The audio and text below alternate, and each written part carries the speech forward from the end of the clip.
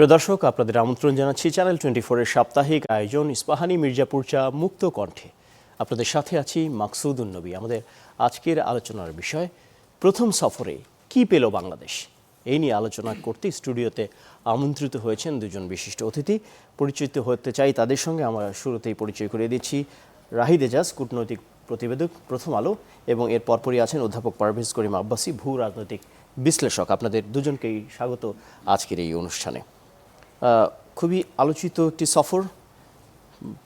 নতুন সরকার গঠনের পর প্রধানমন্ত্রী হিসেবে তারেক রহমানের প্রথম সফর মালয়েশিয়া এবং তারপর পরই চীনে, এবং নানা কারণেই এই সফর নিয়ে অনেক আলোচনা চলছে কূটনৈতিক মহলে। 17টি সমঝোতা স্মারক সই হয়েছে এবং $300 মিলিয়ন বেশি অনুদানের একটা প্রতিশ্রুতি এসেছে চীন থেকে। এমন নানা বিষয় নিয়ে আমরা আলোচনা করব।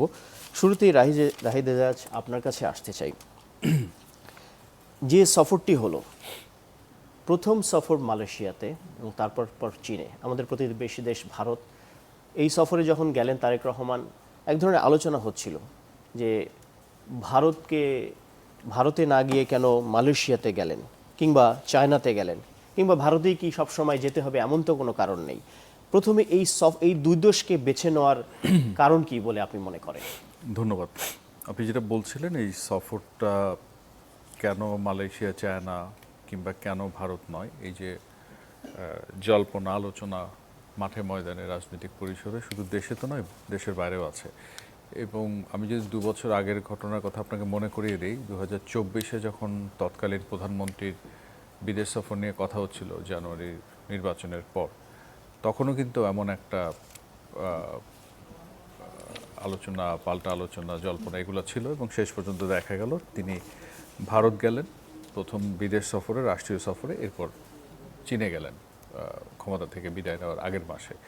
তো এবারও মোটামুটি এমন জল্পনা কল্পনাগুলো শুরু হলো।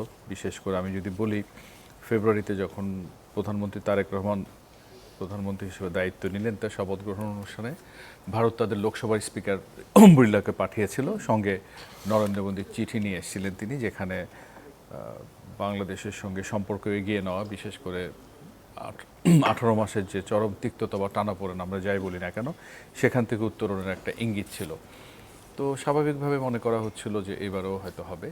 কিন্তু তারপরে ফেব্রুয়ারি থেকে এপ্রিল পর্যন্ত আমরা দেখি একটা ভিজিট হয়েছিল, তখন foreign minister doctor Khalil Delhi visit করলেন। কিন্তু এরপরে যে একটা সফরকে ম্যাটেরিয়ালাইজ করতে হয়, সেজন্য যে উদ্যোগগুলো নেওয়া দরকার ছিল, সেখানে যথেষ্ট সক্রিয় দুপক্ষ ছিল না। উল্টো আমরা যেটা দেখেছি, ভারতের রাজ্য বিধানসভা নির্বাচনকে কেন্দ্র করে আপনার আসাম, পশ্চিমবঙ্গ, এখানে অ্যান্টি বাংলাদেশ রেটরিকগুলো খুব জোরদার করে আসতে শুরু করলো, এবং সাবসিকুয়েন্টলি আমরা দেখলাম মে মাসে নির্বাচনের ফল ঘোষণার পরেও পুশিন এই যে লাগাতার চলছে। আজকে যখন আমরা আলোচনা করছি, মোরলেস একটু কম হলো এই চেষ্টাটা, পুশিন আটকে যাওয়া এগুলো আছে।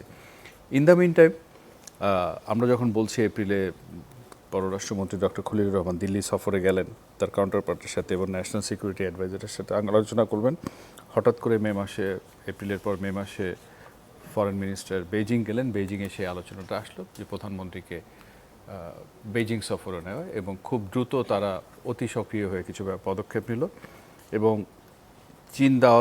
চীন দিন তারিখ ঠিক করে প্রস্তুতি নিয়ে করে ফেলেছে, এবং এর মধ্যে এক ধরনের টানাটানি যে প্রথমে কি চীনে যাবে নাকি অন্য দেশে যাবে। তখন সরকারের কাছে একটা অপশন ছিল।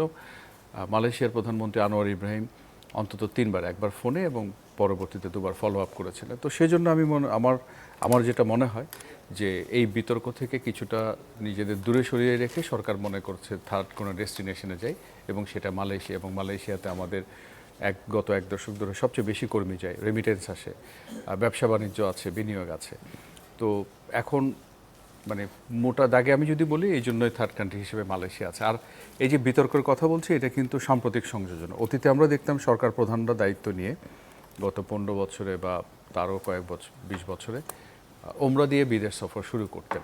কিন্তু হঠাৎ করে এই যে চীন ভারতের ভূ রাজনৈতিক একটা প্রতিযোগিতার চক্করে যেন আমরা পড়ে গেছি, এবং কোন দেশ আগে গেলাম, কোন দেশ পরে গেলাম, সেটা নিয়েই নানান জনপড়া, নানান বিতর্ক। এখন আমাকে যদি জিজ্ঞেস করেন যে আমরা কোন দেশে যাব, কোন দেশে যাব না, আগে যাব বা পরে যাব, সেটা আমার প্রায়োরিটি ঠিক করা উচিত আমার জাতীয় স্বার্থের এবং জনগণের কল্যাণের ভিত্তিতে, এবং সেটা যদি ঠিক থাকে, এখন আমি ভারতে গেলাম আগে কিংবা চীনে গেলাম আগে, সেটা খুব বেশি সেটা নিয়ে ভাবা বোধহয় উচিত নয়। জি, আমরা এবারে আসতে চাই অধ্যাপক পারভেজ করিম আব্বাসী আপনার কাছে। আমরা অনেকগুলো বিষয় ধরে ধরে আলোচনা করব। এই যে যৌথ স্টেটমেন্ট দেওয়া হয়েছে চীন এবং বাংলাদেশের পক্ষ থেকে, সেখানে তিস্তা প্রকল্প ইস্যু আছে, সম্পর্কের আপগ্রেডেশন আছে, রোহিঙ্গা ইস্যু আছে, সমঝোতা স্মারক, দলীয় কূটনীতি। প্রথমেই আপনার কাছে জানতে চাই যে চীন সফর থেকে বাংলাদেশ আসলে কি পেল? অনেকগুলো বিষয় এখানে আসছে, মোটা দাগে আপনি কি বলবেন, বাংলাদেশ আসলে কি পেল? এটি সাধারণ মানুষ সহজ অর্থে বুঝতে চায় কূটনৈতিক। ধন্যবাদ। এটা একটা গুরুত্বপূর্ণ প্রশ্ন এবং বাংলাদেশের নবনির্বাচিত, গণতান্ত্রিকভাবে নবনির্বাচিত সরকারের প্রধানমন্ত্রী হিসাবে, সরকার প্রধানের প্রথম গুরুত্বপূর্ণ বৈদেশিক সফর হিসাবে, এবং মালয়েশিয়াটা আমি একমত রাইদিজের সাথে যে এখানে প্রথম যে ট্রিপের অংশটা ছিল মালয়েশিয়াটা ছিল হচ্ছে একটা সেফ একটা অপশন। তো মূল যে ট্রিপটা মালয়েশিয়াকে কোনো অর্থে ছোট না করে আমরা বলবো যে চীন ছিল। তো চীনের এখান থেকে আমাদের চাওয়া পাওয়া অনেক বেশি, এবং 2024 সালের শেখ হাসিনার সরকারের যে শেষ যে ভিজিটটা হলো এখানে, এখানে যে যখন আমরা ভারতের ভিজিটের পর এখানে চায়না ভিজিট, তো ওই অর্থে কিন্তু চীনের সরকার কিন্তু এক প্রকারের কিন্তু তখন শেখ হাসিনা সরকারের প্রতি সমর্থন উঠিয়ে নিয়েছিল। তো এবং ওই সরকার ওই সফরের এখানে ফল আউটটা এতটাই খারাপ ছিল যে এটাতে ওর পতনটা ত্বরান্বিত করার জন্য আরোটা সহায়ক হয়েছে।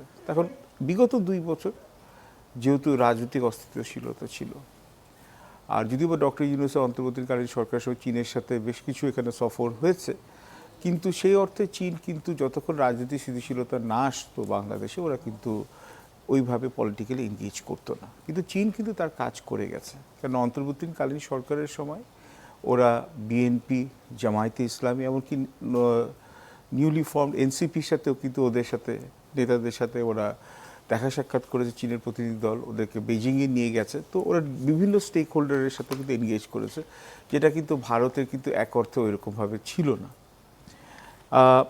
এবং আমাদের এখানে যদি আপনি বলেন চাওয়া পাওয়ার মতো মোটা দাগে যদি বলি, আমাদের কিন্তু রিকোয়ারমেন্ট ছিল হচ্ছে $6 বিলিয়ন মতো ফাইন্যান্সিংয়ে আমরা চেয়েছি ওদের কাছ থেকে, যেটা আমি আগের রিপোর্টগুলো দেখেছিলাম যাওয়ার সময়। চীন কিন্তু is a very pragmatic nation, বাস্তববাদী একটা নেশন। ওরা আমাদেরকে $300 মিলিয়ন গ্রান্ট অ্যাসিস্ট্যান্সের সহায়তার আশ্বাস দিয়েছে। এতটুকুই হচ্ছে যে আপনি যদি বলেন হার্ড আমাদের প্রাপ্তিটা কি, চেয়েছিলাম $6 বিলিয়ন মতো ফাইন্যান্সিং, পেয়েছি $300 মিলিয়ন মতো। কিন্তু এখানে কিন্তুটা আছে, বাংলাদেশের এখন এমন দুর্বল অর্থনীতি এখন আছে, সামগ্রিক বিশ্বে এখন অর্থনীতি এখানে মন্দা দেখা যাচ্ছে। আমাদের বেকারত্বের হার বেশি, দেশি এবং বৈদেশিক বিনিয়োগ তলানির নিচে, কর্মসংস্থান হচ্ছে না, এবং তার সাথে সাথে চীনের এখন হচ্ছে একটা দ্বিতীয় বৃহত্তম অর্থনীতি। আমাদের 27% হচ্ছে আমদানি চীন থেকে আসে। আপনি যদি চীন, হংকং এবং ম্যাকাওকে একসাথে নেন, তাহলে আমাদের 27 প্রায় হচ্ছে 25 থেকে 26 বিলিয়ন মতো আমদানি করি এক বছরে। আমাদের যদি লোন দেখেন, তাহলে $10.2 বিলিয়ন চাইনিজ লোন আছে। তারপরে আমাদের টোটাল যে আমাদের লোন আছে, ওটার হচ্ছে আপনার 13% লোন শুধু চায়নার কাছে আছে। এবং আমাদের যদি অর্থনৈতিক প্রবৃদ্ধির এখানে চাকাটা ঘোরাতে হয়, কেন এখন হচ্ছে বিশ্বায়নের যুগটা ভেঙে গেছে বা চলে গেছে, ডিগ্লোবালাইজেশনের যুগ। মিডল ইস্টে এখন হচ্ছে এনার্জি ক্রাইসিস, তো আমাদের নতুন মার্কেটও খোঁজার দরকার আছে। তো চীনের কাছ থেকে আমরা অনেকগুলো 17টা MOU সাইন করেছি। MOU মানে কিন্তু আপনার কিন্তু অ্যাগ্রিমেন্ট না, কিন্তু আপনার মনে রাখতে হবে যে চীনের সময় 2014-15 সময় যখন MOUগুলো সাইন করা হয়েছিল, ওর মধ্যে $8.9 বিলিয়ন, প্রায় $9 বিলিয়নের মতো ধরেন, এটা এখনও কিন্তু পাইপলাইনে আছে, এটা কিন্তু রিয়েলাইজড হয় না। কিন্তু চায়নার সাথে এনগেজ করার আমাদের এখন একটা লং টার্ম ব্লু প্রিন্ট হয়ে গেছে। এখন বাংলাদেশের এই মুহূর্তে রিজার্ভ এবং ডলারের যে ক্রাইসিস, এইরকম একটা মোমেন্টে এই $300 মিলিয়ন যে অনুদানের আলোচনা, সেটি এই মুহূর্তে এই পরিস্থিতিতে কতটা আসলে স্বস্তি দিচ্ছে? খুব বেশি কি স্বস্তি দিবে আমার মনে হয় না, কিন্তু এটা হচ্ছে বাংলাদেশে অর্থনীতিতে বিনিয়োগ করতে যারা আগ্রহী বা আমাদের বৈদেশিক বিনিয়োগকারী যারা আছে চীনের বাইরেও, এটা একটা সিগন্যালিং মেকানিজম যে চীন এখন বাংলাদেশে অর্থনীতি আবার নতুন করে পুনর্বিনিয়োগ করার ব্যাপারে চিন্তা করছে। আপনি যদি মনে করেন পোর্টে বলেন, বা আপনি যদি মনে করেন আনোয়ারাতে যে আমাদের ইকোনমিক জোন আছে এখানে, বা আপনি যদি এখন এর সাথে হচ্ছে যে আপনার পাওয়ার যে লাইনগুলো, ট্রান্সমিশন লাইনে চাইনিজ আমাদের যে ইনভেস্টমেন্ট আমরা এখানে সিক করছি, বা গ্রিন এনার্জির জন্য চিন্তা করছি, এই সিগন্যালিংটা খুব ইম্পর্টেন্ট। এবং এর সাথে সাথে আপনি যে চাইনিজ যে ইনভেস্টমেন্ট কোম্পানিগুলোর সাথে কথা হয়েছে, ওয়াওয়ে, তারপর হচ্ছে বিওয়াইডি, তো এদের সাথে যে কথাগুলো হয়েছে, এখান থেকে যদি ইনভেস্টমেন্ট মোবিলাইজ করতে হয়, চীনও কিন্তু এখন দেখবে যে বাংলাদেশ নেক্সট 6 মাসে কী রকম এখানে সংস্কার এখানে করা হয়, অর্থনৈতিক সংস্কার করা হয়, এবং বিনিয়োগকারীদের জন্য একটা বিনিয়োগ বান্ধব একটা পরিবেশ যদি সৃষ্টি করা হয়, তাহলে চীনের বিনিয়োগ আসতে পারে ভবিষ্যতে। জি, রাহিদ এজাজ, আপনার কাছে আসবো। যে ইস্যুগুলো এসছে তার মধ্যে অত্যন্ত গুরুত্বপূর্ণ হচ্ছে তিস্তা ইস্যু, এবং তিস্তা ইস্যু নিয়ে অনেক জলঘোলা হয়েছে। পশ্চিমবঙ্গে এখন ক্ষমতার পালাবদল ঘটেছে। একটা সময় মমতা ব্যানার্জি এখানে বাগড়া দিয়েছিলেন বলে বলা হয়। চীন এই তিস্তা যে প্রকল্প, সেখানে কারিগরি সহায়তার কথা বলেছে এবং রেস্টোরেশন শব্দটা ব্যবহার করেছে। বাংলা যদি বলি আমরা পুনরুদ্ধার। চীনের এই ভূমিকা রাখার যে অভিপ্রায় কিংবা প্রতিশ্রুতি তিস্তার ক্ষেত্রে, এটি আসলে ভারতের দোরগোড়ায় এই চীনের এই এন্ট্রিটাকে আসলে কিভাবে দেখা হবে? দেখুন, তিস্তা নিয়ে যে কথাটা আপনি বলছিলেন, আমি বললাম না যে জল্পনা এই সফর নিয়ে শুধু ভারত কেন, যুক্তরাষ্ট্ররা কৌতূহল আছে, পশ্চিমা অনেকগুলো পক্ষের কৌতূহল আছে, এবং কৌতূহল আছে বলে এটা নিয়ে এই যে বললাম 2 বছর আগের ঘটনা দিলাম, এবং সেটার শুরুটা আরও একটু আগে, আমি বললাম 1 দশক আগেই, যখন 2016 সালে চীনের প্রেসিডেন্ট শি জিনপিং এসেছিলেন প্রায় 3 দশকের বিরতির পর। তো এটা নতুন না।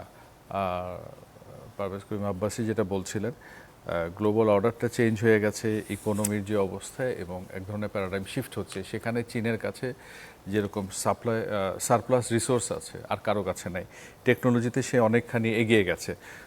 তো খুব স্বাভাবিক এবং সঙ্গত কারণেই তার একটা বড় শক্তি হওয়ার যে আকাঙ্ক্ষা বলুন, উচ্চাকাঙ্ক্ষা বলুন, সেখানে তো আছে, এবং আমাদের এশিয়া অঞ্চলে তার সেই বিস্তৃতির নানান ইঙ্গিতগুলো আমরা পাচ্ছি। তো তিস্তা প্রজেক্টটা আমি যদি মনে করি, ভুল না করি, সেই 18-19-20 থেকে মোটামুটি কথাবার্তা হচ্ছিল। 19-20-এর সময় এটা নিয়ে এক ধরনের টেনশন বা নার্ভাসনেস শুরু হয়। তখন কোভিডের লকডাউন সহ নিশ্চয় মনে আছে, ভারতের তখনকার পররাষ্ট্র সচিব হর্ষ সিংলা খুব শর্ট একটা ভিজিটে চলে এসেছিলেন। তো তিস্তা যে বহুমুখী বৃহদায়তন প্রকল্প, যেটাকে আপনি রেস্টোরেশন বলছেন, এটা আসলে মানে একটা কম্পোজিট প্রজেক্টের মতো। সেই প্রজেক্টটা নিয়ে চীনের সঙ্গে অন্তত 4 থেকে 5 বার চিঠি চালাচালি আলোচনা এগুলো হয়েছে, এবং সর্বশেষ অন্তর্বর্তীকালীন সরকারের আমলেও কিন্তু একটা প্রপোজাল গেছে যে টাকা চেয়ে। এখন আমি যতদূর জানি, সম্প্রতি যেটা হয়েছে, নতুন সরকার দায়িত্ব নেওয়ার পর তারা সেই প্রকল্পটা যাচাই বাছাই করে দেখেছেন, সেখানে বড় ধরনের কারিগরি ত্রুটি আছে। এটি হলো একটি দিক। আর একটু পেছনে ফিরে গিয়ে নিশ্চয়ই আপনাকে মনে করিয়ে দিয়ে, সাবেক প্রধানমন্ত্রী শেখ হাসিনা যখন 2024-এর জুনে দিল্লি সফর করেছিলেন, সেই সফর শেষে প্রধানমন্ত্রী নরেন্দ্র মোদী এবং শেখ হাসিনার সঙ্গে শীর্ষ বৈঠকের পর যে জয়েন্ট স্টেটমেন্ট হয়, সেখানে পরিষ্কার করে বলা আছে যে তিস্তা প্রকল্পের, যেটা আমরা এই প্রজেক্ট, যেটা আজকে জয়েন্ট স্টেটমেন্ট না, কমিউনিকে ইস্যু হয়েছে, একটু ডিফারেন্স আছে স্টেটমেন্ট আর কমিউনিকের মধ্যে। তো comprehensive management and restoration project বলে যে বৃহদায়তন প্রকল্প, সেখানে ভারত কাজ করবে। অর্থাৎ আপনি চীনের সাথে আলোচনা করে এক পর্যায়ে ভারতের সঙ্গে সিদ্ধান্ত নিয়ে ফেললেন সেই ট্যুরে গিয়ে। তো সেটা তো অফিসিয়াল ডকুমেন্টে এখনও আছে। ভারত তো বলতেই পারে যে এটা বাংলাদেশ সরকার করেছিল, ক্ষমতার পালাবদল ঘটতে পারে, কিন্তু আমরা মনে করি সেটা নিয়ে কথা বলার সুযোগ এখনও আছে। তো এই মুহূর্তে আমি যতটা জানি, অন্তর্বর্তী সরকার যেভাবে অর্থায়ন চেয়েছিল, বর্তমান সরকার অর্থায়নের দিকে যেতে চাচ্ছে না। ওনারা টেকনিক্যাল সাপোর্টটা চীনের কাছ থেকে চাচ্ছেন, এবং গতকাল প্রধানমন্ত্রী যখন চীনের পানি সম্পদ মন্ত্রীর সঙ্গে আলোচনা করেন, তিনি ক্যাটাগরিক্যালি টেকনিক্যাল সাপোর্টের কথা বলছেন, যেটা আজকে জয়েন্ট কমিউনিকেতে স্পষ্ট করে বলা আছে যে 2 পক্ষের এক্সপার্টরা নিয়ে এটার ফিজিবিলিটি সহ অন্যান্য যে কাজ, সেগুলোতে একসাথে কাজ করবে, এবং চীন সেখানে আপনার সহায়তা দিবে। খুব স্বাভাবিক সঙ্গত কারণ আমি 24শে জুনের প্রসঙ্গ টানছি। এইটুকু যে সিদ্ধান্ত হলো, এটা অবশ্যই ভারতের মধ্যে অস্বস্তি তৈরি করাটা স্বাভাবিক, কারণ সে তো আগের রেফারেন্সটা টানবে যে আমার সঙ্গে তো কথা হয়েছিল, বাংলাদেশের সঙ্গে আমার সিদ্ধান্ত হয়ে আছে, তাহলে কি এই কাজে আমরা থাকবো নাকি অন্যরা থাকবে। একটু রেলিভেন্ট হলে একটা বিষয় আপনাকে মনে করিয়ে দিই, আর্মি ব্যাক কেয়ারটেকার গভর্নমেন্টের সময় 2000, আমি যদি ভুল না করি 2006 থেকে শুরু হয়ে 7-8-এর কোনো এক সময় এশিয়া প্যাসিফিক বলে একটা প্রতিষ্ঠান জাপানে, যাদেরকে দিয়ে ফিজিবিলিটি স্টাডি করা হয়েছিল ডিপ সি পোর্টের জন্য সোনাদিয়ায়। তো চায়না অনেক দূর এগিয়ে গিয়েছিল এবং চায়না হয়তো ধরেই রেখেছিল সোনাদিয়ায় গভীর সমুদ্র বন্দর হবে। শেষ পর্যন্ত সোনাদিয়ায় কিন্তু গভীর সমুদ্র বন্দর হয়নি, সেটা মাতাবাড়িতে হয়েছে। মাতাবাড়িতে যেটা এই আপনার তাপবিদ্যুৎ কেন্দ্র সহ যে প্রকল্প হয়েছে, আলটিমেটলি সেটা কিন্তু একটা পোর্ট হয়েছে। কাজে আমরা যদি ওই রেফারেন্স মনে রাখি এবং এখানে ফিজিবিলিটি যদি চীন যুক্ত হয়, তাহলে এক ধরনের আভাস আছে কিন্তু এই প্রকল্পে চীনের যুক্ততা, অর্থাৎ অর্থায়ন সহ যৌথ প্রকল্প বলুন, অর্থলগ্নি বলুন। তো এইখানে একটা কিন্তু গ্রে এরিয়া রয়ে গেছে। 24-এ আপনি অফিসিয়াল ডকুমেন্টে বলছেন যে আমরা ভারতকে নিয়ে করব, এখন আবার অন্তর্বর্তী সরকারের সময় টাকা চাওয়া হলো। তো সব মিলিয়ে এই প্রজেক্টের ব্যাপারে আপনার যদি প্রশ্নটা হয় যে টেনশন বা এটা নিয়ে তাদের উদ্বেগের কারণ আছে কিনা, উদ্বেগ এই ঘোষণার পরেও তারা প্রশ্ন তুলতে পারে। একই প্রসঙ্গে আপনার কাছে আসবো অধ্যাপক পারভেজ, আপনি জিওপলিটিক্স নিয়ে পড়ান এবং গবেষণা করেন। যেটি রাহিদ এজাজ বলছিলেন যে অবশ্যই ভারতের অস্বস্তির জায়গা আছে এবং বর্তমান সরকারের তারেক রহমান নেতৃত্বাধীন সরকারের যে মোটো কূটনৈতিক ইস্যুতে বলা হয় সবার আগে বাংলাদেশ বিফোর অল, এবং এটিকে অ্যাপ্রিসিয়েট করা হয়েছে চীনের পক্ষ থেকে এই স্ট্র্যাটেজিকে। এই প্রেক্ষাপটে এই তিস্তা ইস্যুতে যে অ্যাপ্রোচ দেখাচ্ছে চীন, তাতে ভারতের সাউথ ব্লকে তো এক ধরনের অস্বস্তি হবার কথা। এটি আসলে শেষ পর্যন্ত কোথায় গিয়ে গড়াতে পারে বলে আপনি মনে করেন? জি, এটার অনেকগুলো কম্পোনেন্টস আপনি রাইটলি আইডেন্টিফাই করেছেন। আমরা তো শুধু ইকোনমিক কম্পোনেন্ট চিন্তা করলে হবে না, ভূ রাজনৈতিক ভূ অর্থনৈতিক কম্পোনেন্টও আছে। প্রথমে হচ্ছে তিস্তার পজিশনটা কোথায় হবে। এটা হচ্ছে ভারতের আপনার যে শিলিগুড়ির করিডোর যেটাকে আছে, যে ওটা হচ্ছে খুব সেন্সিটিভ চিকেন নেক, যেটা পুরো হচ্ছে আপনার নর্থ ইস্ট ইন্ডিয়াকে কানেক্ট করে মেনল্যান্ড ইন্ডিয়ার সাথে। তো ওই জায়গাটার খুব 100 কিলোমিটারের কম দূরত্বে কিন্তু এই বিশাল বড় কিন্তু এই তিস্তা প্রজেক্টের এটা হবে। এবং অবশ্যই যদি এখানে চীনার প্রযুক্তিতে চীনার প্রযুক্তিগত সহায়তা বা টেকনোলজিক্যাল অ্যাসিস্ট্যান্সে করা হয়, ভারতীয়দের এখানে মনে একটা প্রশ্ন থাকতেই পারে যে এখানে চাইনিজ টেকনোলজি আসলে চাইনিজ সার্ভেলেন্সও চলে আসতে পারে, বা এখানে হচ্ছে চাইনিজ এখানে হচ্ছে সিকিউরিটি পার্সোনেলও এটার সাথে একভাবে ইনভলভ হতে পারে। এটা হচ্ছে চাইনিজ সিকিউরিটি থ্রেটটাকে ওরা চিন্তা করছে। কেন দোকলামে ওদের সাম্প্রতিককালে ওদের এক ধরনের কি হাতাহাতি হয়েছে, সংঘর্ষ হয়েছে, অরুণাচল প্রদেশে চাইনিজ ইনকারশন হচ্ছে। তো ভারতের সিকিউরিটি লেন্স থেকে এটা চিন্তা করছে। 1, 2, আমাদের পক্ষ থেকেও তো এখন দেখুন তিস্তা নদীতে এখানে অচলাবস্থা চলছে। কেন বহু বছর ধরে আমরা দেখছি হচ্ছে আমাদের 54টা এখানে কমন নদী আছে। তো এখান থেকে ভারত কিন্তু ওদের নদীগুলোর কিন্তু রিভার লিঙ্কেজ প্রজেক্ট করে ফেলেছে, কিন্তু তিস্তার জন্য এখানে এটা কিন্তু বিএনপি একটা ইলেকট্রাল কমিটমেন্টও ছিল যে তিস্তার এখানে হচ্ছে নদী যেখানে এখানে পানি যেখানে অপ্রতুল এখানে সরবরাহ হচ্ছে, তো আমাদের এখানে কৃষি খাত এখানে যেভাবে এখানে নেগেটিভলি এফেক্টেড হচ্ছে, তার জন্য একটা বড় প্রজেক্ট করবে। এবং আমাদের দেশের মধ্যে রায়দিজাজ তো বলেছেন যে আমাদের দেশের সাধারণ মানুষের মধ্যে মনে হচ্ছে তিস্তার ব্যাপারে নদীর এখানে পানিটা আমাদের ন্যায্য হিস্সাটা ভারতীয় কর্তৃপক্ষকে দেওয়ার ব্যাপারে এক ধরনের অপোজিশন আছে বা বিরোধিতা আছে। এবং এটাও বাংলাদেশে একটা সিগন্যাল সেন্ড করছে যে যেহেতু এটা হচ্ছে একটা ডেমোক্রেটিক্যালি ইলেক্টেড গভর্নমেন্ট এবং এটা হচ্ছে 18 কোটির একটা স্বাধীন দেশ, তো আপনি যদি ভারতের জন্য আজীবন আপনি অপেক্ষা করেন যে কখন সহযোগিতা পাবেন, কখন পানি আপনি পাবেন, এটার জন্য তো এখানে অপেক্ষা করা যেতে পারে না। তো ভারতের কাছে একটা সিগন্যাল যাচ্ছে যে আমাদেরকে যদি খুব বেশি হার্ড যদি দেওয়ালে গেছে যদি আপনাকে পুশ করা হয়, আমাদের কাছে অপশনস আছে। কিন্তু সমস্যাটা হচ্ছে যে এটা খুব ডেলিকেট একটা ব্যালেন্স। কিন্তু আপনার নিশ্চয়ই আপনার চীনা সহযোগিতা লাগবে, চীনা প্রযুক্তিগত এখানে আমাদের এখানে টেকনোলজি ট্রান্সফার লাগবে, চীনা বিনিয়োগ লাগবে। কিন্তু চীনের বিনিয়োগ আসতে গেলে ভারতের যে সিকিউরিটি কনসার্নস এবং যুক্তরাষ্ট্রের সাথে আমি আশা করি ভবিষ্যতে এই আলাপটা এখন আসবে, যুক্তরাষ্ট্রের যে এখানে চায়নার সাথে যে বিশাল বড় সিকিউরিটি ফ্রেমওয়ার্কে এক ধরনের কম্পিটিশন চলছে, ওপেন কম্পিটিশন চলছে, এইগুলো কিন্তু একটা এফেক্ট কিন্তু আমাদের ফরেন পলিসিতে আমরা ব্যালেন্স করে চলতে হবে। রাহিদ এজাজ, আরেকটি গুরুত্বপূর্ণ পয়েন্ট হচ্ছে আপনি জানেন যে বাংলাদেশকে চীনের যে ইকোনমিক করিডোর সেটিতে যুক্ত হওয়ার প্রস্তাব দেওয়া হয়েছে, এটিকে কিভাবে আপনি দেখছেন? বাংলাদেশের চীন যে তাদের ইকোনমিক করিডোরে China Myanmar economic corridor trination economic করিডোরে আচ্ছা। যুক্ত হওয়ার যে প্রস্তাব দিয়েছে, বলছে ওইটা বলার আগে পারভেজ করিম আব্বাসের কথা টেনে নিয়ে তিস্তা নিয়ে আপনি যে প্রশ্ন করছিলেন ওটাতে একটু সংযুক্তি বলে দিই। সেটা হলো যে উদ্বেগ উৎকণ্ঠা থাকবেই, উনি যেটা বলছিলেন ওনার সাথে সুর মিলিয়ে, যে আমি যেমন বললাম প্রথম আর্গুমেন্টে আমি কোন দেশ আগে যাব, আমি নিউট্রাল বেছে নিলাম, সেটা আমি একটা ব্যালেন্সিং না বলে আমি মনে করি আমি অ্যাডজাস্ট করি আমার স্বার্থ অনুযায়ী। তিস্তাটাও তাই। আমার তো আমি জানি নদীর পানির উৎস থেকে পানি কমছে, জলবায়ু পরিবর্তনের কারণে আরও সংকট তৈরি হয়েছে। কাজে আমি তো নিশ্চয়ই বছরের পর বছর বসেই থাকতেই পারি না। পাশাপাশি আবার এটা ঠিক, একদিন আগে একটা টক শোতে এক আলোচক বলছিলেন যে কারিগরি প্রযুক্তির অজুহাত দিলে হবে না, সরকারের নির্বাচনী প্রতিশ্রুতি আছে। অবশ্যই সরকারের নির্বাচনী প্রতিশ্রুতি আছে তিস্তা প্রকল্প এগিয়ে নেওয়া, কিন্তু ত্রুটিযুক্ত এবং একটা হাফ ডান প্রজেক্ট নিয়ে তো আপনার আগানোর সুযোগ নেই, এরকম একটা বৃহদায়তন প্রকল্প। কাজেই সেখানে আমাকে মনে রাখতে হবে কোন পক্ষের উদ্বেগ আছে কি নাই, আমাকে আমার স্বার্থটা রেখেই এগোতে হবে। আপনার ইকোনমিক করিডোরের প্রসঙ্গ আসতে গেলে আমার মনে একটু লম্বা করে বলতে হয়। এটা যদি ভুল না করি 1999 সালে প্রথম থিঙ্ক ট্যাঙ্ক বা চিন্তন প্রতিষ্ঠানগুলোর পক্ষ থেকে প্রথম Bangladesh, China, India, Myanmar economic corridor শুরু হয়েছিল। তো এটা ট্র্যাক 2-তে হয়, ট্র্যাক 1.5-এ হয়, এক পর্যায়ে এসে সেটা সরকারি পর্যায়ে ইভেন সচিবরাও আলোচনায় তাতে যুক্ত হয়েছিলেন।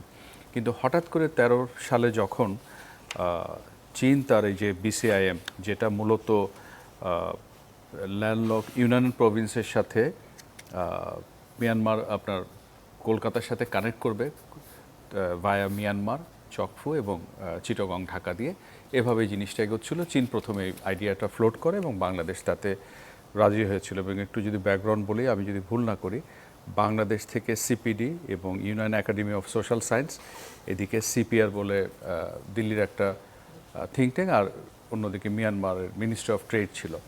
হঠাৎ 2013-তে যখন চীন এটা বেল্ট অ্যান্ড রোড ইনিশিয়েটিভে ইনক্লুড করলো, তখন থেকে সংকটটা শুরু হয়। বিশেষ করে আমরা জানি যে চায়না পাকিস্তান ইকোনমিক করিডোর আছে, সেই করিডোর কিন্তু গেছে পাকিস্তান অ্যাডমিনিস্ট্রেট কাশ্মীর দিয়ে। তো ওই টেনশনের কারণে বিআরআইতে যুক্ত করাতে আর বিসিআইএম নামের যে ফোন নেশন ইনিশিয়েটিভ সেটা এগোলো না। তখন ইনফর্মালি আমি যে আলোচনাটা জানি পাবলিক আসেনি, 2013 সালে ভুল না করলে অক্টোবরে কলকাতায় একটা কুনমিং একটা মিটিং হয়েছিল ইন্টার গভর্নমেন্টাল, সেটা এক্সপার্ট লেভেলের মিটিং হয়ে সেক্রেটারি লেভেলে শেষ হয়েছিল। তখন সেখানে চায়না বলছিল আমরা তো এটাকে ট্রাইনেশন করতে পারি, যে ইউনান হয়ে মিয়ানমার হয়ে বাংলাদেশের সাথে। তো সে আইডিয়াটা এখন নতুন করে আনলেন। আমরা আরও মনে করিয়ে দিতে চাই, অলরেডি কিন্তু মিয়ানমার চায়না একটা ইকোনমিক করিডোর আছে। এখন প্রশ্ন হচ্ছে আমরা এরকম একটা গ্র্যান্ড অ্যালায়েন্সে যাওয়ার জন্য তৈরি হয়ে আছি কিনা। আমরা খুব বড় করে দেখছি কি যে আমাদের অর্থনৈতিক প্রবৃদ্ধি হবে, কর্মসংস্থান হবে, কিন্তু প্রত্যেকটা প্রজেক্টেরই ইকোনমিক আসপেক্টের পাশাপাশি আজকের দিনে জিও পলিটিক্যাল ইস্যুটা আছে, জিও স্ট্র্যাটেজি আছে।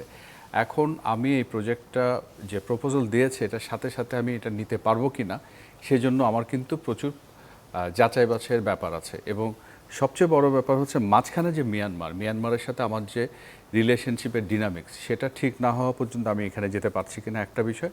আরেকটা বিষয়, আমি যদি ভুল না করি, এটা মূলত হচ্ছে ল্যান্ডলকড চীনের ইউনানের সাথে বে অফ বেঙ্গলের অ্যাক্সেস তৈরি করা।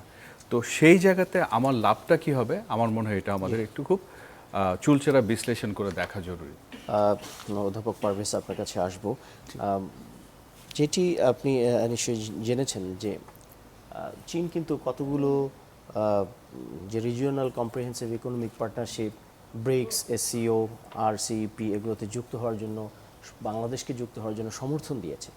তো যে ভূ অর্থনীতির যে প্রেক্ষাপট, সেই প্রেক্ষাপটে বাংলাদেশের বৈদেশিক বাণিজ্য, রিজার্ভ সংকট মোকাবেলায় এই ক্ষেত্রে কতটা ইতিবাচক ভূমিকা রাখতে পারবে আসলে এই জোটগুলোতে যুক্ত হওয়া? ঠিক, আমাদের আপনার এখানে বেশ কয়েকটি জিনিস আছে, আমি একে একে ধরি সংক্ষিপ্তভাবে। প্রথম থেকে রিজিওনাল কম্প্রিহেন্সিভ ইকোনমিক পার্টনারশিপ যে বিশ্বের বৃহত্তম মুক্ত বাণিজ্য চুক্তি। তো ওইখানে কিন্তু যোগদান করার জন্য যে আগ্রহটা, এখানে কিন্তু আমাদের চীনের চেয়ে 1000 গুণ বেশি।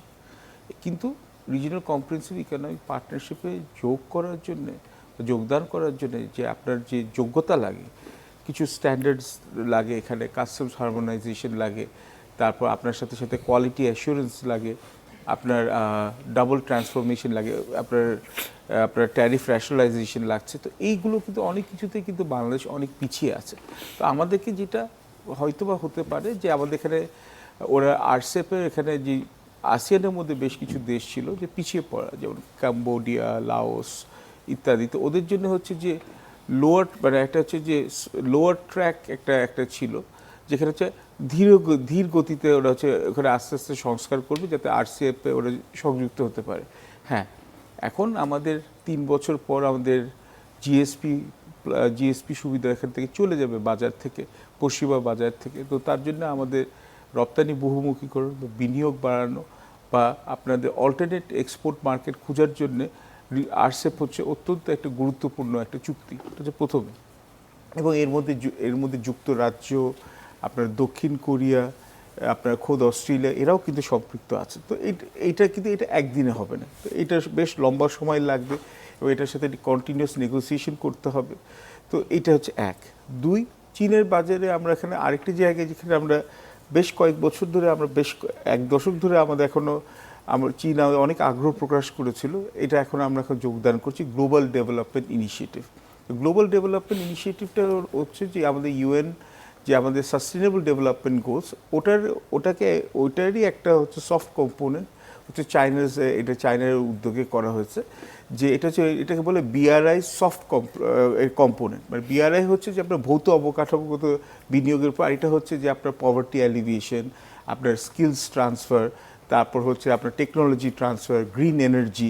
তো এইগুলোতে হচ্ছে চায়না হচ্ছে তাদের ইমেজটা চেঞ্জ করতে চাচ্ছে এবং ওরা বুঝতে পারছে যে যুক্তরাষ্ট্র এখন এই ডেভেলপমেন্ট ফান্ডিং থেকে সরে আসে, ইউএসএআইডিটাকে উঠিয়ে দেওয়া হচ্ছে। চায়না এখন গ্লোবাল ডেভেলপমেন্ট ইনিশিয়েটিভ দিয়ে উন্নয়নশীল দেশে, বিশেষত আপনার হচ্ছে আফ্রিকা এবং এশিয়ার মধ্যে ওরা হচ্ছে কিন্তু উন্নয়ন এখন ওরা বিনিয়োগ করবে এবং হচ্ছে লোন দেবে, তো চাইনিজ ইনফ্লুয়েন্স বাড়ে। এটা হচ্ছে আরেকটা সম্পৃক্ততা। আর 3 হচ্ছে যে চীন যেটা আমাদের কাছে এখন চাইছে, এটা ওরা চাইছে হচ্ছে যে ওরা একটা অল্টারনেট একটা ইকোনমিক অর্ডার করছে। যুক্তরাষ্ট্রের নেতৃত্বে পশ্চিমা জোট একটা আছে ডলার বেসড, আর চায়না চাইছে হচ্ছে একটা নন ডলার বেস, বিশেষত ইউয়ানের উপরে একটা ইকোনমিক অর্ডার করতে। এবং তার জন্য এখন ওরা আমাদেরকে এনকারেজ করছে যে আমাদের ক্রস বর্ডার যে ট্রেডিংটা হবে এটা হবে ইউয়ানে হবে। এবং 2 হচ্ছে যে আমাদের এখান থেকে পান্ডা বন্ড বলে একটা আছে। পান্ডা বন্ডটা কি? এটা হচ্ছে বাংলাদেশি কোম্পানিগুলো যদি চীনের এখানে বাজারে যদি ওরা রেজিস্টার্ড হয়, তাহলে ওরা কিন্তু চীনের এখানে স্টক মার্কেট বা বন্ড মার্কেট থেকে অর্থায়ন করতে পারবে এই চাইনিজ কারেন্সি। তার মানেটা হচ্ছে চায়না আরও চাইছে যে তাদের নেওয়া অল্টারনেটিভ অর্ডারে বাংলাদেশকে আরও ক্লোজলি ইন্টিগ্রেট করতে। তো এইগুলো হচ্ছে যে চাইনিজ এখানে যে ওরা হচ্ছে আমাদেরকে চাইছে। এবং অবশ্যই আরেকটা জিনিস আমি জাস্ট একটু ছোটো করে বলবো, যে কারণে ওরা চাইছে যে মিয়ানমার, চায়না, বাংলাদেশে এখানে ইন্টিগ্রেশন করা, কেননা ওরা চাইনিজ স্ট্র্যাটেজিস্টরা ভাবছে 2027 বা 28 সালে তাইওয়ানের ব্যাপারে যুক্তরাষ্ট্রের সাথে কনফ্লিক্ট হবে এবং মালাক্কা স্ট্রেটে ওদের কিন্তু এক ধরনের ম্যারিটাইম চোক পয়েন্ট আছে। তার জন্য এরা চিয়াকপু এবং হচ্ছে আমাদের চিটাগং ডিপ সি পোর্ট, যদি ডিপ বা মাতারবাড়ি ডিপ সি পোর্ট বা অন্যান্য যেগুলো অল্টারনেট ডিপ সি পোর্ট আছে ওগুলো ইউজ করতে চাইছে। সো এই চায়না কিন্তু তাদের ইন্টারেস্টে কিন্তু বাংলাদেশের সাথে এনগেজ করছে। তাইওয়ানের ব্যাপারে চাইনিজ যে স্ট্র্যাটেজি সেটিতে সমর্থন দিয়েছে বাংলাদেশ। রাহিদ এজাজ, রোহিঙ্গা প্রসঙ্গ, রোহিঙ্গাদের দ্রুত প্রত্যাবাসনের ক্ষেত্রে চীন যে একটা তৃতীয় পক্ষের ভূমিকা কিংবা মধ্যস্থতাকারী ভূমিকা রেখে আসছিল সেটি সচল রাখার একটা প্রতিশ্রুতি দিয়েছে, এই যৌথ বিবৃতিতে সেটি এসেছে। তো এখন এই ত্রিপক্ষীয় যে উদ্যোগ এটি অতীতে তো তেমন কোনো ফল দিয়েছে বলে আমরা দেখিনি। এখন চায়নার যে নতুন করে আবার যে প্রতিশ্রুতি, সেখানে কি কোনো নির্দিষ্ট আপনি রোডম্যাপ দেখেন? না, দেখি না। নাকি এটি স্রেফ একটা প্রতিশ্রুতি? একেবারে দেখি না, কারণ আমরা জানি যে মিয়ানমারে একটা নির্বাচন হয়েছে যেটা নিয়ে প্রহসনের নির্বাচনে বলা হয়, এবং রাখাইনে কিন্তু স্টেবিলিটি ফিরেনি এখনো। আরাকান আর্মির সাথে মিয়ানমারের ক্ষমতাসীন দল অর্থাৎ যে সামরিক শাসক তিনি নির্বাচনে দায়িত্ব নিলেন। এখন রাখাইনে যতক্ষণ পর্যন্ত আপনার স্টেবিলিটি ফিরছে না, এটা যেমন একটা দিক আছে, আরেকটা দিক আছে আমি যেটা মনে করি 2017 সালের অগাস্টের যে রোহিঙ্গাদের উপর গণহত্যা চালানো হয়েছিল তার একটা ট্রায়াল কিন্তু হয়েছিল 2016 সালের অক্টোবরে, এবং 87,000-এর মতো রোহিঙ্গা ঠেলে পাঠানো হলো বাংলাদেশে।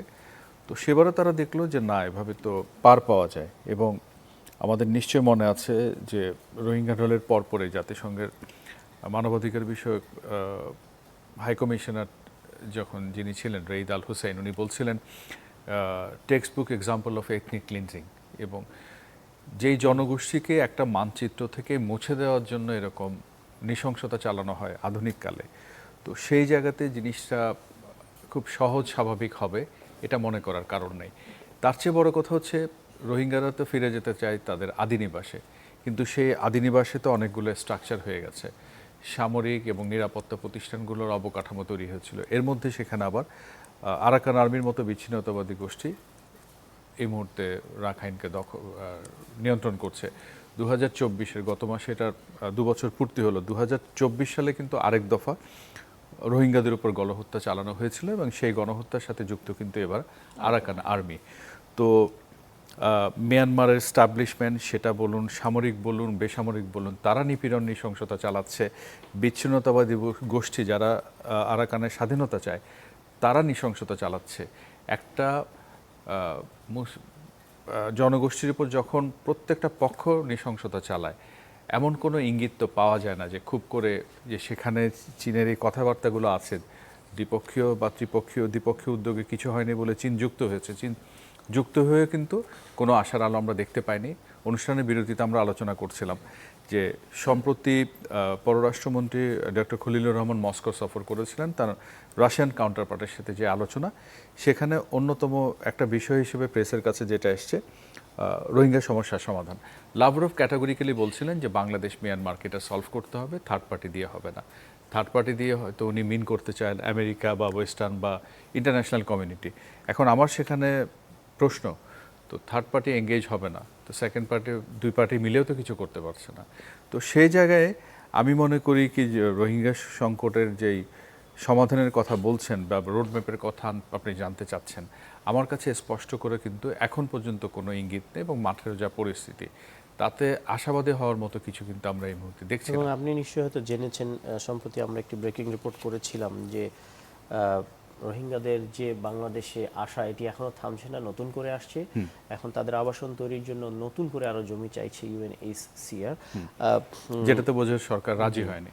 তো বাংলাদেশ যে এই রোহিঙ্গাদেরকে আশ্রয় দিয়েছে, এই বাংলাদেশের এই ভূমিকাকে কিন্তু চীন ভীষণভাবে প্রশংসা করেছে, কিন্তু অন্যদিকে মিয়ানমারকে কিন্তু কোনো বিষোদ্গার করতে বা ক্রিটিসাইজ করতে দেখা যায়নি।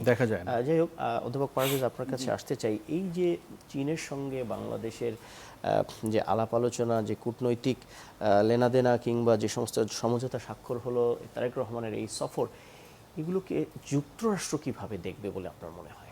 ভালোভাবে দেখার তো কোনো প্রশ্নই আসে না, কেননা আপনি এখন অনেকে বলতে পারবেন যে কেন বাবা, যুক্তরাষ্ট্রের প্রেসিডেন্ট ডোনাল্ড ট্রাম্প তার নিজের স্বার্থ হাসিল করার জন্য কিছুদিন আগে বেজিং সফরে শি জিনপিংয়ের সাথে দেখা করেছে। কিন্তু দেখুন, পৃথিবীতে ক্ষমতাশীল যারা আছে তাদের জন্য একটা সেট অফ নিয়ম বা একটা কিছু কিছু আইন করে তাদের সুযোগ সুবিধা মতো তাদের বানানো আইনই তারা ভাঙে।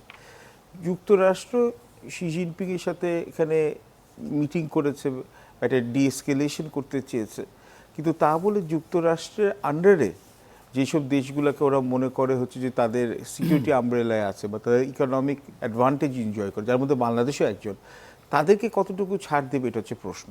কেন আপনি দেখুন, আমরা এই অন্তর্বর্তীকালীন সরকারের মেয়াদ শেষ হওয়ার 3 দিন আগে, জাতীয় নির্বাচন 3 দিন আগে আমরা সাইন করলাম অ্যাগ্রিমেন্ট অন রেসিপ্রোকাল ট্রেড, এবং এই ট্রেড নিয়ে অনেক আলোচনা হয়েছে, সমালোচনা হয়েছে, কিন্তু আমরা এখানে একটাই মূল আমাদের আলাপ ছিল যে, বা মূল তর্ক ছিল যে যুক্তরাষ্ট্রের এখানে $9.6 বিলিয়ন যে রপ্তানি আছে, বা যুক্তরাষ্ট্রে যে এত যে বিনিয়োগ আছে, বা এত মাল্টিল্যাটারাল যে ফোরামসগুলো যেখানে আছে, বা ওয়ার্ল্ড ব্যাংক বা এডিবি বা আইএমএফ, যেখানে যুক্তরাষ্ট্রের প্রভাব আছে, যুক্তরাষ্ট্রকে চটানো যাবে না। তার জন্য অনেক অংশে একটা আনইকুয়াল একটা ট্রিটিতে আমরা সাইন করেছিলাম ন্যাশনাল ইন্টারেস্ট, এতটুকু পর্যন্ত রাজি আছে। কিন্তু আপনার চীনের প্রশ্নতে যদি আসি, এটা হচ্ছে আপনার ইউএসটিআর যেটা এগ্রিমেন্ট, এটা যে এখানে ওদের স্টেট ডিপার্টমেন্টে আছে ওখান থেকেই বলছি, তেমন কিছু মানে বাইরের কোনো সেন্সিটিভ ইনফরমেশন না।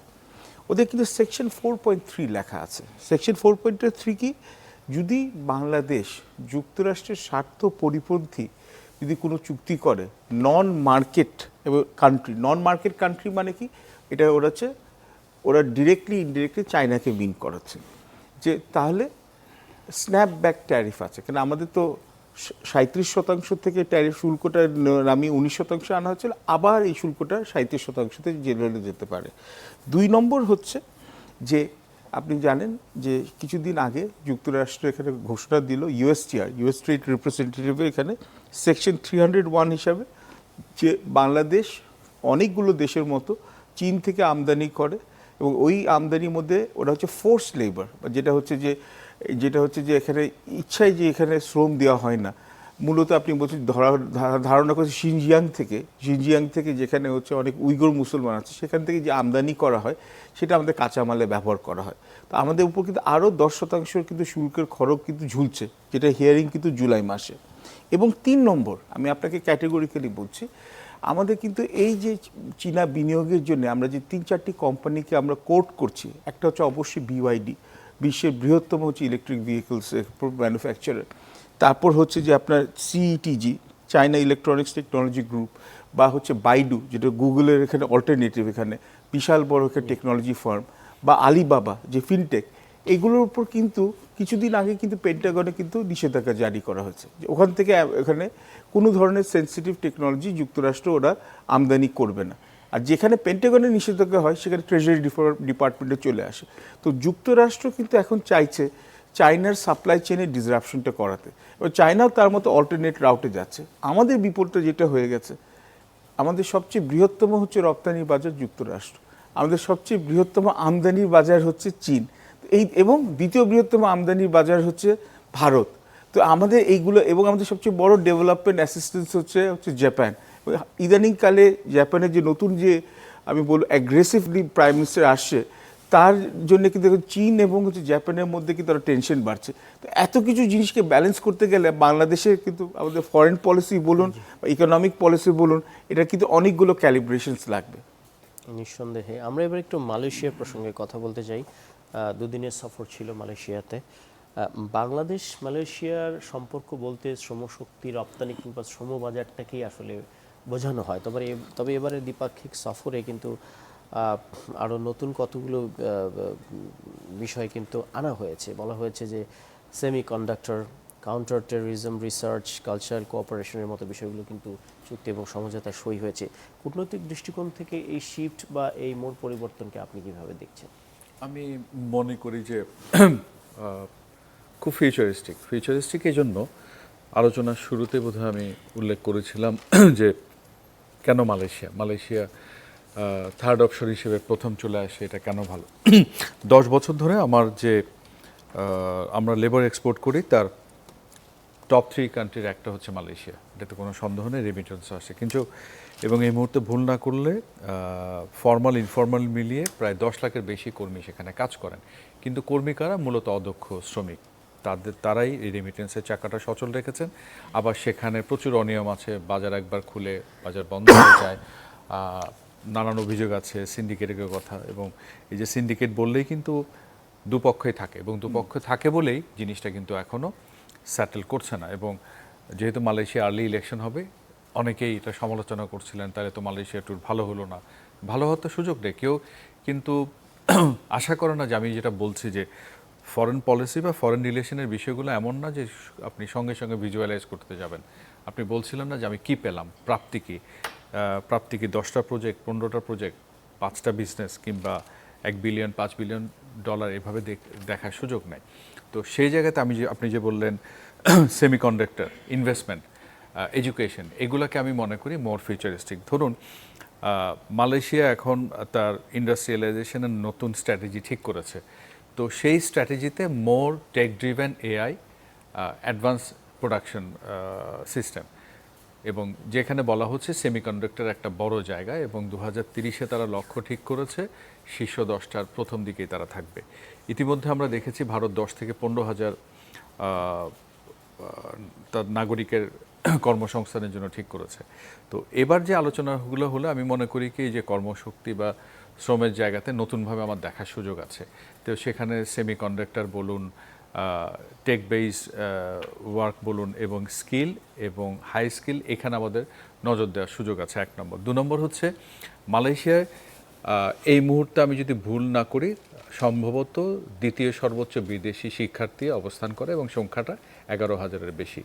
এর পাশাপাশি মালয়েশিয়ার স্বনামধন্য শিক্ষা প্রতিষ্ঠানগুলোতে আমাদের বেশ কিছু ফ্যাকাল্টি মেম্বার আছেন, কাজ করেন, যারা সুনামের সাথে দক্ষতার সঙ্গে কাজ করছেন এবং তারা মালয়েশিয়ার পাশাপাশি অন্যান্য আন্তর্জাতিক প্রতিষ্ঠানেও ফেলো হিসেবে বা ভিজিটিং প্রফেসর হিসেবে কাজ করেন। তাহলে সেই ওই শিক্ষাক্ষেত্রে আমাদের একটা সহযোগিতার জায়গা তৈরি হয়েছে এবং আমি যদি ভুল না করি গত বছর 2 ধরে আনোয়ার ইব্রাহিম বারবার শিক্ষা খাতে সহযোগিতার কথা বলছেন, সেটা public private university, joint research, joint collaboration, student exchange এবং পাশাপাশি ইনভেস্টমেন্টের মাধ্যমে। তো আমি যদি এই যে সেমিকন্ডাক্টর, অ্যাডভান্স স্কিলের লোক প্লাস এডুকেশন এই সেক্টরকে ধরতে পারি এবং আমরা জানি মালয়েশিয়া সফরের সময় কুয়ালালামপুরে অন্তত 3টি শীর্ষস্থানীয় ব্যবসায়ী প্রতিষ্ঠানের কর্তা ব্যক্তিরা ইনক্লুডিং পেট্রোনাস, যেটা জ্বালানিতে কাজ করেন এবং মোটর ভেহিকেলে প্রোডাকশন করেন একটা প্রতিষ্ঠান, তার সিও ওনার সঙ্গে দেখা করেছিলেন, চেয়ারম্যান। তো ইনভেস্টমেন্ট, এডুকেশন, হাইটেক ইন্ডাস্ট্রি এগুলোতে যদি আমরা নজর দিয়ে সম্পর্কটা এগিয়ে নিয়ে যাই তাহলে আমি মনে করি কি মালয়েশিয়ার সাথে সম্পর্কটাকে অনেক বেশি ডাইভার্সিফাই করার সুযোগ আছে। সেজন্য শুধু কর্মীর জায়গা না দেখে আমরা কর্মীর পাঠানো অবশ্যই দেখব, কিন্তু আরও একটা লার্জার ক্যানভাসে যদি দেখতে চাই এবং এইবারের ভিজিটে যেটা শুরু হলো আমি মনে করি এটা একটা খুবই ইতিবাচক দিক বাংলাদেশের সাথে মালয়েশিয়ার সম্পর্কের ক্ষেত্রে। অধ্যাপক পারভেজ, আপনি খেয়াল করবেন যে মালয়েশিয়াতে জনশক্তি রপ্তানির ক্ষেত্রে বড় রকমের একটা সিন্ডিকেশন, অনিয়ম, মানব পাচার, এর ভিকটিমও কিন্তু অনেক। আমরা এগুলো নিয়ে প্রচুর প্রতিবেদন করি। ফলে এই অনিয়মগুলোর কারণে সময় সময় মালয়েশিয়াতে জনশক্তি রপ্তানিটা বন্ধ হয়ে যায়, পথ রুদ্ধ হয়ে যায়। তো নতুন করে এই সফরে নতুন করে কর্মী নিয়োগের চিন্তা থেকে কিন্তু একটা এমওইউ এর খসড়া তৈরি করতে বলা হয়েছে। কি মনে হয় নতুন করে এই কাঠামো কি এই সিন্ডিকেশন ভাঙতে কিংবা অনিয়ম দূর করতে সক্ষম হবে? এটার জন্য দুটো সরকারের মধ্যে সহযোগিতা লাগবে, কন্টিনিউয়াস। রায়দিদাস ঠিকই বলেছেন, মালয়েশিয়ার সামনে নির্বাচন আছে, তো নির্বাচনের ফলাফল যখন হবে তো নতুন নবনির্বাচিত সরকারের সাথে আমাদের সরকারের এনগেজমেন্টটা করতে হবে, কেন 8 লাখ শুধু বৈধ প্রবাসী আছে মালয়েশিয়াতে। এবং মালয়েশিয়াতে যেখানে এই যে আপনি বলছি যে আমাদের যে এখানে নানান ধরনের সমস্যা হচ্ছে, সিন্ডিকেট একটা দেশে নেই, বাংলাদেশেও আছে, মালয়েশিয়াতেও আছে এবং ওখানেও শোনা যাচ্ছে মালয়েশিয়াতে ক্ষমতাশীল অনেকে আছে এটার সাথে জড়িত আছে। তো এবং এটা পুলিশ, জুডিশিয়ারি, ইমিগ্রেশন, কাস্টমস, এটা পুরো একটা, ওখানেও একটা সিন্ডিকেট আছে। তো এখানে ক্রস বর্ডার কোলাবোরেশনটা দরকার আছে এবং এখানে আমাদের ইনফরমেশন এখানে শেয়ারিংয়ের ব্যাপার আছে এবং তার সাথে সাথে মালয়েশিয়ার সাথে আমাদের আরও 2-3টি জিনিস আমাদের এখানে সুযোগ বা সুবিধা আছে। মালয়েশিয়ার সাথে আমাদের ফ্রি ট্রেড এগ্রিমেন্টের একটা আমরা এখানে এক্সপেডাইট করছি 2027 সালে হলে, যেটা আমাদের জন্য খুব বিশাল বড় একটা অ্যাচিভমেন্ট হবে। এবং জানি তো সবচেয়ে দুঃখজনক ব্যাপার, 2005 সালে মালয়েশিয়া কিন্তু আগ্রহ প্রকাশ করেছিল আমাদের সাথে ফ্রি ট্রেড এগ্রিমেন্ট সাইন করার জন্য, যখন আমাদের জন্য তখন জিনিসটা আরো সহজ হতো। আমাদের 12 বছর লাগলো, কিন্তু আমাদের এনবিআর থেকে তখন হচ্ছে আপত্তি হলো যে না, আমরা হচ্ছে অনেক কিছু আমাদের শুল্ক, আমাদের এখানে শুল্ক রাজস্ব হারিয়ে ফেলবো। এখন ফ্রি ট্রেড এগ্রিমেন্টটা হলে আমাদের রপ্তানি বহুমুখীকরণ হবে, একদিনে হবে না। এবং আসিয়ানে যেটা আমরা যোগদান করতে চাই, আমরা এখন বোধ এখানে হচ্ছে যেখানে ডায়ালগ পার্টনার হওয়ার জন্য চেষ্টা করছি, এটার জন্য মালয়েশিয়া একটা বড় একটা আমাদের জন্য একটা রোল প্লে করতে পারে। আরসেপে যোগদান করার জন্য মালয়েশিয়ার ভূমিকাটা লাগবে। এবং 4 নম্বর জিনিসটা হচ্ছে হালাল ইকোনমিতে মালয়েশিয়া হচ্ছে ওয়ার্ল্ড লিডার। তো হালাল ইকোনমিতে ইনভেস্ট করার জন্য, সেমিকন্ডাক্টরে ইনভেস্ট করার জন্য, এডুকেশনে রায়দিদাস যথার্থভাবে বলেছেন ইনভেস্ট করার জন্য মালয়েশিয়ার সাথে আমাদের সহযোগিতা দরকার। এবং আসিয়ান দেশে মুসলিম প্রধান মালয়েশিয়া কিন্তু এখানে রোহিঙ্গার বিষয়ে কিন্তু বাংলাদেশের হয়ে জোরালোভাবে সমর্থন দিয়েছে। তো আমাদের এই মাল্টি ভেক্টর পলিসিতে আমি বলবো যে যথার্থ হয়েছে যে প্রধানমন্ত্রী জনাব তারেক রহমান মালয়েশিয়া দিয়ে সফরটা শুরু করেছেন, কারণ এটা হচ্ছে মালয়েশিয়া অ্যান্ড আসিয়ান হচ্ছে থার্ড ওয়ে। চায়না হচ্ছে আমাদের, আরেকটা হচ্ছে ইকোনমিক অ্যান্ড ইনফ্রাস্ট্রাকচার অ্যাঙ্কর। এবং আমার কেন জানি মনে হচ্ছে এই বছরের শেষে বা পরের বছর শুরুতে আমাদের জাপানের সাথেও কিন্তু দেখবেন যে আমাদের সবচেয়ে বড় উন্নয়নের সহযোগী, জাপানের একটা ভিজিট হবে। সো লুক ইস্টের এই তিনটা অ্যাঙ্গেল দিয়ে বাংলাদেশ সামনের দিকে এগিয়ে যাবে। জি রাহিদ এজাজ, আপনি আরেকটা জিনিস হয়তো খেয়াল করেছেন যে ডিফেন্স পার্টনারশিপের কথা বলা হয়েছে, প্রতিরক্ষা অংশীদারিত্বের ভিত্তিতে যে রোডম্যাপ তৈরির ব্যাপারে বলা হয়েছে। আসলে দক্ষিণ পূর্ব এশিয়ার একটা দেশের সাথে বাংলাদেশের এই ধরনের সামরিক প্রতিরক্ষা সহযোগিতার রূপরেখা তৈরির পিছনে আসলে আমাদের তাগিদটা কিসের? মালয়েশিয়া না চীন? মালয়েশিয়া মালয়েশিয়ার কথা ডিফেন্স, হ্যাঁ ডিফেন্স এমওইউ। দেখুন, আমি একটু আগে যেটা বলছিলাম যে অবশ্যই আমরা কর্মী বা শ্রমিক পাঠানোর বিষয়টা মাথায় রাখবো, কিন্তু ওটার মধ্যেই আমাদের ফরেন পলিসি বা রিলেশনে হয় কি একটা ইস্যুতে, যেমন মিয়ানমার, আমি রোহিঙ্গা ছাড়া কিন্তু আর কোনো ইস্যু দেখি না যদি ধরা যায়। এখন এই যে আপনি মালয়েশিয়া ডিফেন্স কোঅপারেশনের কথা বলতে আমি একটু পেছন দিয়ে তাকে 2000, আমি যদি ভুল না করি 2021 সালের দিকে, হ্যাঁ, তৎকালীন সরকারের হঠাৎ চিন্তা হলো আসিয়ানের সঙ্গে আমাদের সম্পর্কটা বাড়াবো। তো রিপোর্টার হিসেবে আমি খুব কৌতূহলী হলাম, খোঁজ খবর নিতে শুরু করলাম আসলে কি করতে চাইছে। তো কয়েকদিন খোঁজ নেওয়ার পরে আমি অত্যন্ত হতাশ হলাম এই জন্যই আমি ভাবছিলাম এটা খুব সমন্বিতভাবে যে আসিয়ানভুক্ত দেশগুলোর সাথে, পারভেজ আব্বাসি যেটা বললেন, এই আসিয়ান ডায়ালগ পার্টনার আরসেপ, এই যে এঙ্গেজমেন্ট, তাহলে আমি ভাবছিলাম মালয়েশিয়ার সাথে ওইভাবে করা। আমার একবারেই যাওয়ার সুযোগ হয়েছিল সপ্তাহ দুয়েকের জন্য ইন্দোনেশিয়া, এবং 5 দিন থাকা হয়েছিল জাকার্তায়, এবং তাদের ফরেন মিনিস্টার সহ আরও বেশ কিছু মিটিং হয়েছিল। তো এখন আমরা ইন্দোনেশিয়ার সঙ্গে সম্পর্কটা কিভাবে দেখি? ইন্দোনেশিয়া যে শুধু দক্ষিণ পূর্ব এশিয়া নয়, এশিয়ার একটা বড় শক্তি, সেটা অর্থনীতি বলুন, প্রতিরক্ষা বলুন, অন্যান্য ইন্ডেক্সে। কিন্তু আমি কি ইন্দোনেশিয়ার সঙ্গে সম্পর্কটা সেভাবে দেখি কিনা? উনি যেটা বলছিলেন যে আমাদের ইস্টের দিকে তাকানো, চায়না হলো, মালয়েশিয়া হলো, জাপান হলো, তো সেই জায়গাতে মালয়েশিয়া, ইন্দোনেশিয়া সহ এই দেশগুলোর সাথে আমাদের কিন্তু খুব কম্প্রিহেন্সিভ ওয়েতে এঙ্গেজ করার সুযোগ আছে। সেখানে ডিফেন্স ওয়ান অফ দ্য গুরুত্বপূর্ণ এলিমেন্ট। এই যে আপনার জয়েন্ট কোলাবোরেশনের কথা বলছে, তারপরে রোডম্যাপের কথা বলছে, এখানে দু দেশের মধ্যে সক্ষমতা বৃদ্ধির জন্য দীর্ঘদিন ধরে কিন্তু আপনার আদান প্রদান আছে। তো সেই আদান প্রদানকে একটা প্রাতিষ্ঠানিক রূপ দেওয়ার জন্যই দুপক্ষের মধ্যে বেশ কিছুদিন ইনফর্মালি কথা হচ্ছিল। এবারের জয়েন্ট স্টেটমেন্টে যেটা উঠে আসলো, একটা রোডম্যাপ করা, একটা এমওইউর আদলে। কারণ দুই দেশের সশস্ত্র বাহিনীর মধ্যে আপনার ট্রেনিং, রিসার্চ এগুলো নিয়মিত আছে, এবং সেই নিয়মিত রিসার্চটাকে আরও বেশি সিনক্রোনাইজ ওয়েতে করার জন্য এবং পিস কিপিং সহ নানান কাজে করার জন্য সেটা হচ্ছে। এবং কাউন্টার টেরোরিজম কোঅপারেশনের ব্যাপারে একটা এক্সচেঞ্জ সাইন হয়েছে।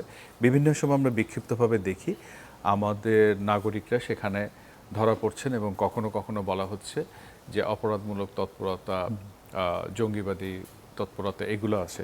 তো এইখানেও যদি প্রাতিষ্ঠানিকভাবে এক দেশ অন্য দেশকে সহায়তা করে, কারণ এই ধরনের হুমকি থেকে সন্ত্রাসবাদ, জঙ্গিবাদ কেউ কিন্তু মুক্ত নয়, এবং বিচ্ছিন্নভাবে থাকার কোনো সুযোগও নেই। তো সেই জায়গাতে নিরাপত্তা বলুন, প্রতিরক্ষা বলুন, সেটা যদি সমন্বিত উপায়ে করা যায়, একটু আগে আমরা যেমন দুজনে বলছিলাম শিক্ষা, সেমিকন্ডাক্টর সহ নানান খাতে এঙ্গেজ হওয়ার সুযোগ আছে, হালাল ইন্ডাস্ট্রি আছে, অ্যাগ্রো প্রসেসিং আছে, তেমনি এটাও একটা গুরুত্বপূর্ণ খাত হতে পারে যেখানে আমরা চিরাচরিত যে দেখার দৃষ্টি, কাজ করার দৃষ্টি, সেখান থেকে উত্তরণ ঘটিয়ে নতুন একটা জায়গায় যেতে পারি।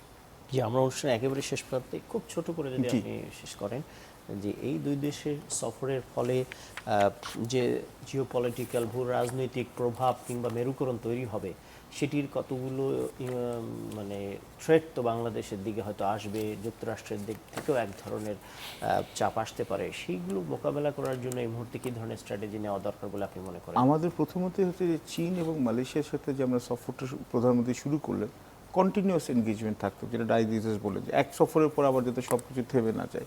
এবং দুই, সাইমেলটেনিয়াসলি আমাদেরকে যুক্তরাষ্ট্রের সাথে এনগেজ করতে হবে, তাদেরকে অ্যাসিওর করতে হবে যে আমরা কোনো মিলিটারি বা সামরিক কোনো জোটের মধ্যে যাচ্ছি না যেটা যুক্তরাষ্ট্রের স্বার্থ পরিপন্থী, আমাদের উপর যাতে বাড়তি শুল্ক না বাড়ায়, এবং বাংলাদেশের স্বার্থ পরিপন্থী যদি কোনো কাজ যাতে অন্য কোনো রাষ্ট্র না নিতে পারে, যুক্তরাষ্ট্রের কান ভারী না করতে পারে। কেননা আমাদের মাথায় রাখতে হবে যে আর 2-3 মাসের মধ্যে বোধহয় প্রেসিডেন্ট ট্রাম্প ভারতে আসবেন, এবং ভারত এবং যুক্তরাষ্ট্রের মাঝে যে টেনশন ছিল এটা অনেক অংশে কমে গেছে।